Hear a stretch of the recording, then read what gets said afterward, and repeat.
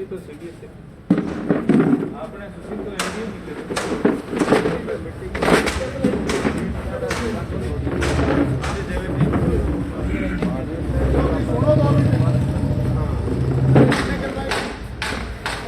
आज के जाट समाज के समारोह को अति विशिष्टता प्रदान कर रहे इस देश के शौर्य चक्र विजेता जाट समाज के रत्न और बड़े सूरवीर हमारे युवा साथी मेजर पवन खिचड़ जी का हार्दिक अभिनंदन है, वंदन है, स्वागत है। आज की सभा की अध्यक्षता कर रहे अध्यक्ष महोदय सतपाल मेहरा जी, समाज के प्रबुद्धजन, संरक्षक मंडल के सदस्य, सभी युवा साथी, एडवोकेट साथी और भी समाज के सभी पधारे हुए साथियों का हार्दिक अभिनंदन और वंदन है। आज मैं आपको बता देना चाहूँगा कि जाट समाज की ओर से हमारे भादरा की धरा पे पधारे हुए देश के अमूल्य रत्न, देश के लिए हीरो माने, हमारे लिए आदर्श और इस देश की सुरक्षा में बड़ी अहम भूमिका निभाने वाले मेजर पवन खिचड़ जी हमारे बीच में पधारे हैं।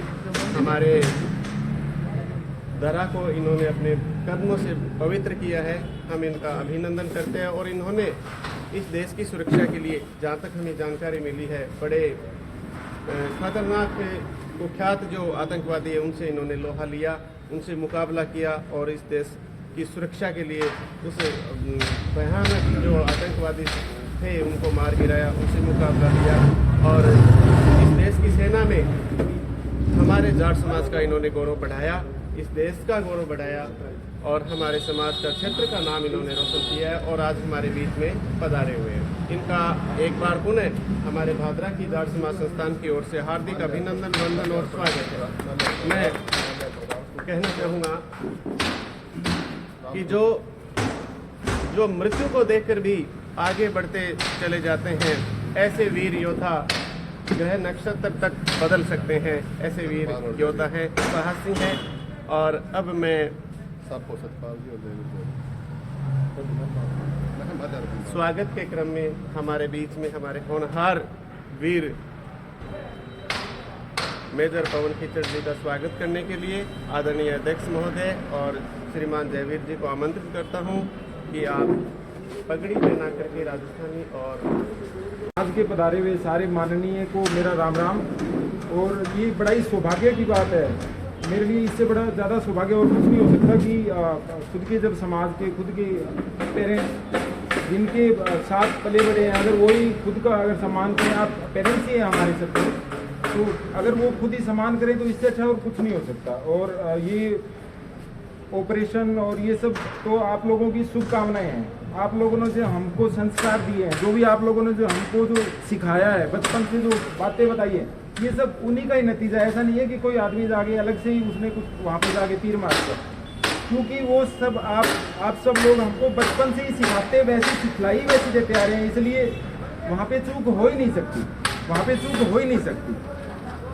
और ये मैं आपको ये कॉलेज वाली बात बताता हूँ, बच्चों को ये बड़ा ही अच्छा इन्होंने संदेश दिया है। एक फौजी को वहाँ पे बुला के, जनरली क्या करते हैं इन प्रोग्रामों में, ये नेताओं को बुलाते हैं। नेताओं के अलावा जो गैर राजनीतिक पार्टी के जो गैर राजनीतिक जो लोग हैं, उनको बुलाना भी बहुत ज़्यादा ज़रूरी है, क्योंकि समाज को आगे बढ़ाने के लिए ना आप सब लोग जिम्मेवार हैं, सब समझदार हैं। तो क्योंकि हमारा समाज है ना, अभी जो आने वाली युवा पीढ़ी है, भारत को आगे वही लेके जाएंगे सारे के सारे। हमारा टाइम तो गया, तो उनको जो नेता क्या करते हैं, वो उनको मिसगाइड करते हैं, वो उनको सिर्फ उनके दिमाग में कचरा भरते हैं, पॉलिटिक्स पॉलिटिक्स पॉलिटिक्स पॉलिटिक्स का। उनको सही बात बताने वाला कोई नहीं मिलता। जैसे मैं जहाँ पे भी जाता हूँ, मैं कोशिश करते हूँ उनको बताने की। और ये बड़ा ही अच्छा संदेश था सरदार पटेल कॉलेज का, कि उन्होंने हमको बुलाया वहाँ पे और मौका दिया वहाँ पे बोलने का, सबके सामने बताया कि भाई पॉलिटिक्स वालों से थोड़ा दूर रहो बच्चों, तुम्हारा कोई लेना देना नहीं है, अपना जो बाकी चीज़ें हैं उनको आगे बढ़ाओ। और स्पेशल आपको धन्यवाद, विशेष धन्यवाद मौसा जी की, आपकी हमेशा ही शुभकामनाएं साथ में रही हैं और बड़ा ही आशीर्वाद रहा आपका, तो और भी अच्छा करेंगे जीवन में। और ये जो आप लोगों ने जो ये सम्मान दिया है, ये एक और जिम्मेवारी आई है कि और प्रोत्साहित और प्रोत्साहन के लिए, कि आगे जितना भी करेंगे अपने समाज के लिए, देश के लिए, गांव के लिए और ज़्यादा अच्छा जीवन में करें। तो धन्यवाद और सबको राम राम मेरी तरफ। तो हम लोग पोस्टेड थे उड़ी में। उड़ी पड़ता है लाइन ऑफ कंट्रोल के ऊपर। तो वहाँ पे क्या होता है कि इन्फिल्ट्रेशन होता है। इन्फिल्ट्रेशन हम बोलते हैं अगर पाकिस्तान की साइड से दुश्मन अपनी साइड आए। तो 2015-16 में क्या हुआ था, ये आप लोगों ने सुना होगा, बुरहान वाली वाला एक इंसिडेंट हुआ था। बुरहान वाली वो एक बड़ा न्यूज़ में चला था। बुरहान वाली एक ज़्यादा 1-2 साल ही हुए तो उसको ये आतंकवाद में आए हुए तो उसको फौज ने मार दिया था। उसके बाद बड़ा एक बार फिर से ना वहाँ पे ये स्टोन पेल्टिंग पत्थरबाजी वाली घटनाएं फिर से शुरू हो गई थी। जिस हिसाब से 90 के दशक में आप लोगों ने सुना होगा, 90 के दशक में जिस हिसाब से पत्थरबाजी चलती थी, 2015-16 में भी वो सेम सिचुएशन एक बार पैदा हो गई थी। भयंकर ही पत्थरबाजी, मतलब बाहर ही नहीं निकलना दे रहे थे। उस समय क्या था, जो बुरहान वानी था वो हिजबुल मुजाहिदीन का वो कमांडर था वहाँ का, कश्मीर का। तो वहाँ पे और आर्मी ने उस टाइम पे ऑपरेशन ऑल आउट शुरू कर रखा था। ऑपरेशन ऑल आउट, उसमें क्या था, जो आ रहा था उसी को ठोके जा रहे थे। तो इस प्रकार से हमने उनके काफ़ी आतंकवादियों को मार दिया था। तो क्या हुआ कि इनके पास ना लीडरशिप की कमी पड़ गई थी। मैं थोड़ी लंबी स्टोरी करके बता रहा हूँ, कोई बात नहीं, सारे। तो इनके हिजबुल मुजाहिदीन के पास ना लीडरशिप की थोड़ी कमी पड़ गई थी, क्योंकि इनके सारे लीडर मारे जा रहे थे रोज की रोज। न्यूज़पेपर में भी आता है कि आज उनका कमांडर मर गया, आज उनका कमांडर मर गया। तो हिजबुल मुजाहिदीन के पास कोई उनको कमांडर नहीं मिल पा रहा था, लोकल कमांडर, क्योंकि जो 3-4 साल 5-6 साल की सर्विस वाले थे वो सारे के सारे इंडियन आर्मी ने ठोक लिए। तो एक आदमी था, उसका नाम हम नहीं लेंगे वीडियो में, एक आतंकवादी था, पाकिस्तान में रह रहा था पिछले 30 साल से, बहुत ही कट्टर आतंकवादी था। उसको बताते हैं कि आज तक का सबसे बड़ा लंबे समय तक जीवित रहने वाला आतंकवादी था, और सैयद सलाउद्दीन के साथ रहता था वो। तो इन्होंने आतंकवाद को आगे बढ़ाने के लिए कश्मीर में उसको बताया, भाई तू आ जाए इंडिया में, तू ही इसको वापस इसको रिवाइव कर सकता है, इसको आतंकवाद को पुनर्जीवित कर सकता है, बाकी अभी किसी के हाथ की बात नहीं है। वो कश्मीर का सबसे लंबे समय तक जीवित रहने वाला आतंकवादी था, जो कि 23 साल तक आतंकवादी गतिविधियों में, जिसने 50 से ज़्यादा मर्डर कर रखे थे और बहुत सारे मोबाइल टावर उड़ा रखे थे, और बहुत सारे अपने बताते तो हैं कि बोलो उड़ी वाले हमले में भी था उसका कहीं न कहीं हाथ, जिसमें अपने 17 जवान शहीद हुए थे, 6 बिहार और डोगरा के।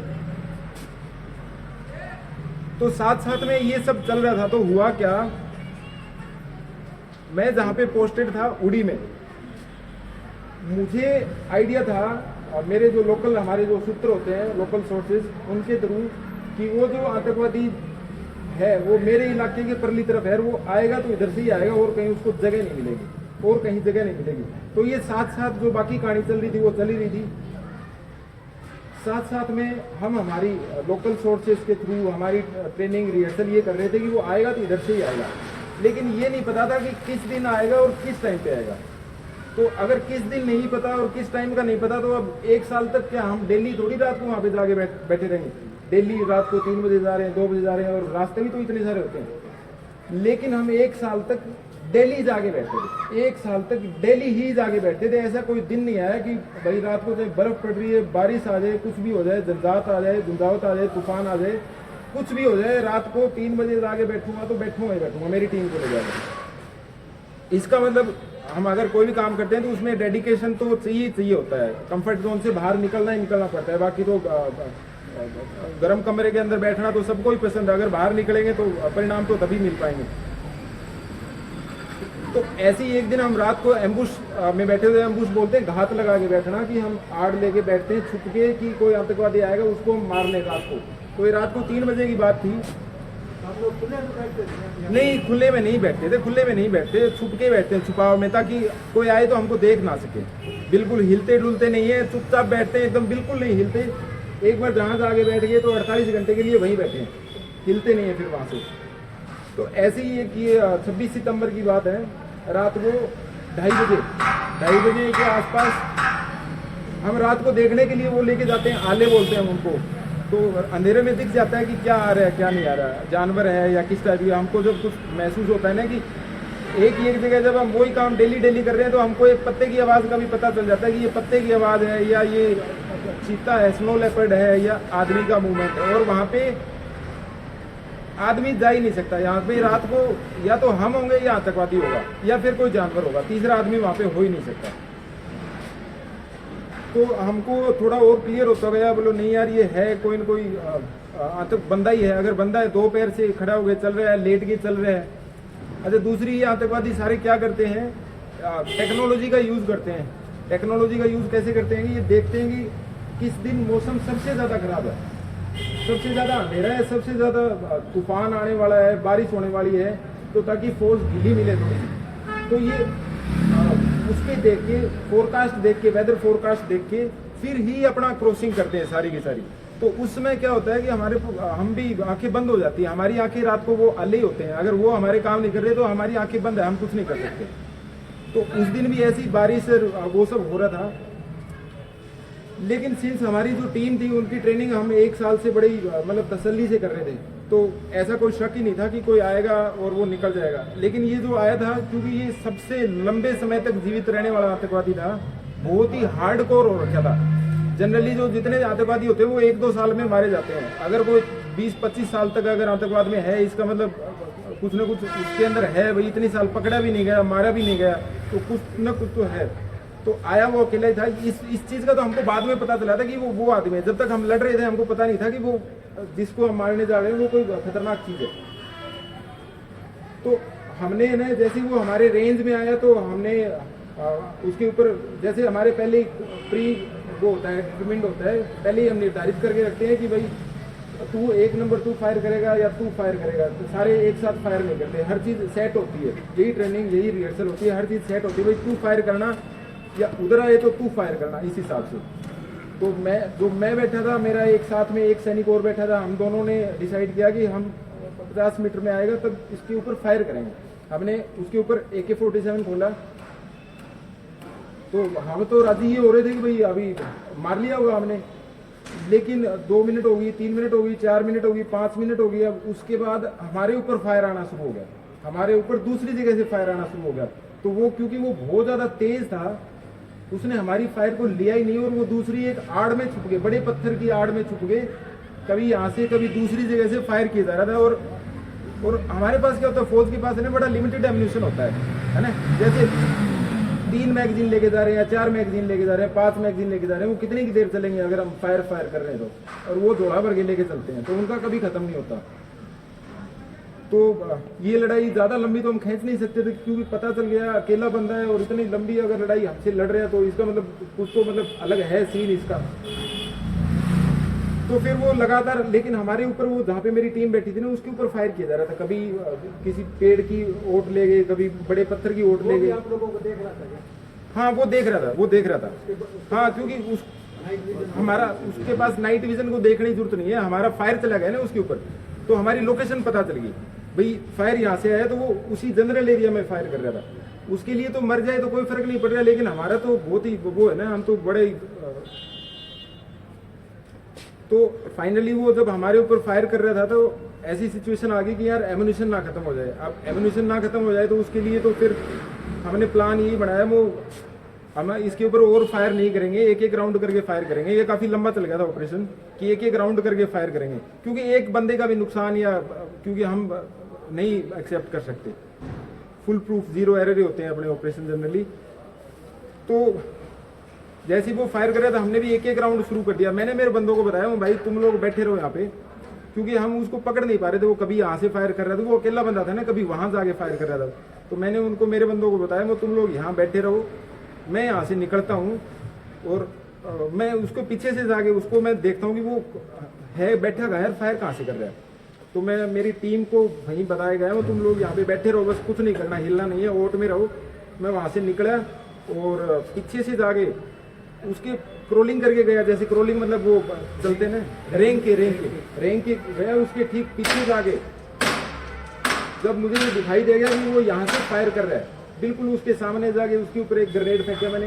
ग्रेनेड अपना जो हथगोला होता है, जैसे ही हथगोला फेंका तो उसने भी नहीं सोचा था कि पीछे से तो कौन आएगा, तो फिर उसको सामने आना पड़ा। तो बस बाकी तो मैं भी तैयार था, हमारी टीम भी तैयार थी। जैसे ही सामने आया तो फिर हो गया हमारा फिर ऑपरेशन सक्सेसफुल और बड़ा ही अच्छा क्लीन ऑपरेशन हुआ उसमें। मतलब बाद में पता चला कि ये जो था ये बहुत ही मोस्ट वांटेड था, इसके ऊपर 21 लाख का इनाम था। और यूनाइटेड नेशंस का भी एक जो डेजिग्नेट करते हैं उस हिसाब का टेररिस्ट था ये। जैसे पीछे से गए थे, आपको दिख थोड़ी ना था, आपको थोड़ा आइडिया नहीं बिल्कुल नहीं दिखाई नहीं दे रहा था, लेकिन मैं रेंग के ही गया था। वो दिख वैसे नहीं दिखेगा, फायर करेगा तो पता चलेगा कि हाँ कि आइडिया कहाँ पे है। और वैसे भी मैंने एग्जैक्ट उसके ऊपर ही नहीं फेंका, मैंने तो ऐसे ही अंदाजा लगा कि यहाँ से होगा, लेकिन उसको बाहर फिर आना ही पड़ा। जी बस यही था।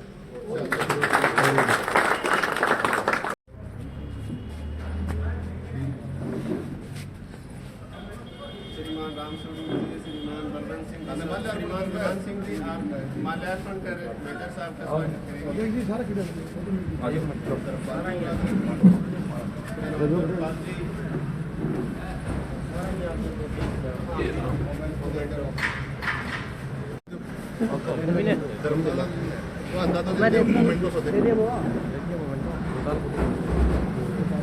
आज आगे ना दिलीपी आगे रहो सारा हो सही हो सारा दिलीपी आगे रहो हमने थोड़ा थोड़ी सी सही हो थोड़ा थोड़ा सा इन्हें घुमो आवे तो है पीछे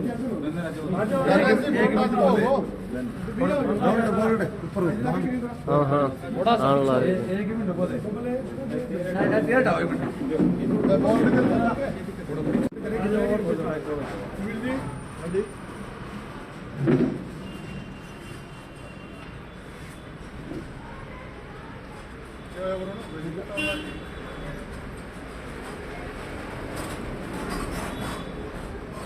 एक मिनट रुकियो